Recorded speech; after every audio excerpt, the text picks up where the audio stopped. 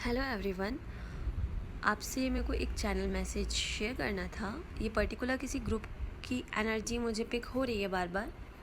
आपने या तो बहुत सारे डीएफ्स जो हैं उन्होंने बहुत सारे जिन्होंने ट्रिगर्स झेल लिए हैं, बहुत सारे फीमेल प्रोजेक्शन से, जैसे कि कल मैंने चैनल मैसेज में बताया था ट्रिगर्स मिले होंगे, उनकी पर्जिंग आज अभी शाम तक में चली होगी या फिर दोपहर तक।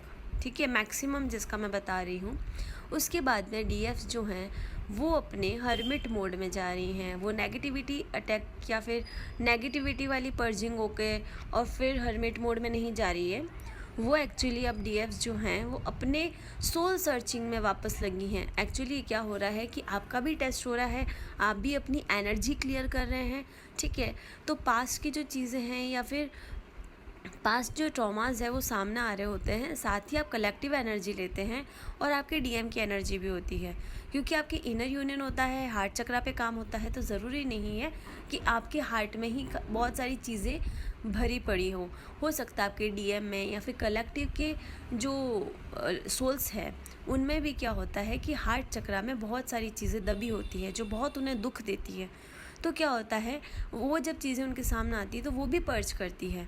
ठीक है, तो आपको बैठे बैठे भी पर्जिंग की एनर्जी फील हो सकती है। आपको बस ये कोई नॉर्मल चीज़ कोई बोल देगा तो आपको रोने की इच्छा होगी, आपको प्यार से कोई बात कर लेगा आपको रोने की इच्छा हो जाएगी, आपके सर पे हाथ रख लेगा आपको रोने की इच्छा हो जाएगी, है ना।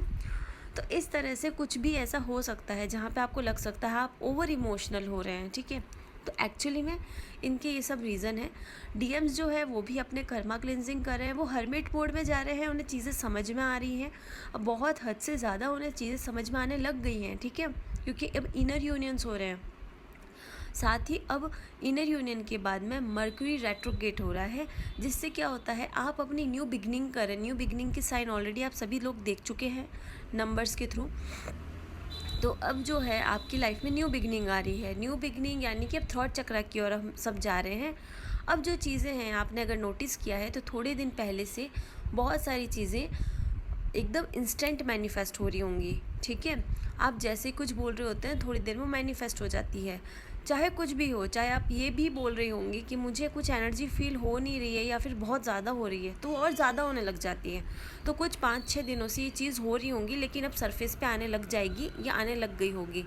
तो आप मैनिफेस्ट जो है बहुत सोच समझ के करें, और आपका ईगो सेल्फ बार बार सामने आ जाता है, क्योंकि वो आना वाजिब है। तो आप उसे और अपने एंगर इशू इन दोनों पे काम करने की बहुत ज़्यादा डीएफ को ज़रूरत है, क्योंकि ये एनर्जी वापस डीएम को भी जाएगी जब डीएम हील हो रहे होते हैं। ठीक है, तो इसलिए आप अपने एंगर और ईगो इश्यूज़ पे काम करें, थ्रॉट चक्रा पे काम करें, और अपने जो मैनिफेस्टेशंस हैं वो बहुत सोच समझ के दें। और साथ ही जब 1-1 की एनर्जी आपको 1-1 की एनर्जी बहुत ज़्यादा दिखेगी, इसका मतलब है आपने जो भी मैनिफेस्ट किया है वो सरफेस लेवल पे आ रहा है, आप एनर्जी रिसीव कर रही हैं, और उसी वक्त आपको वापस अच्छा मैनिफेस्टेशन करना है, थैंक यू बोलना है।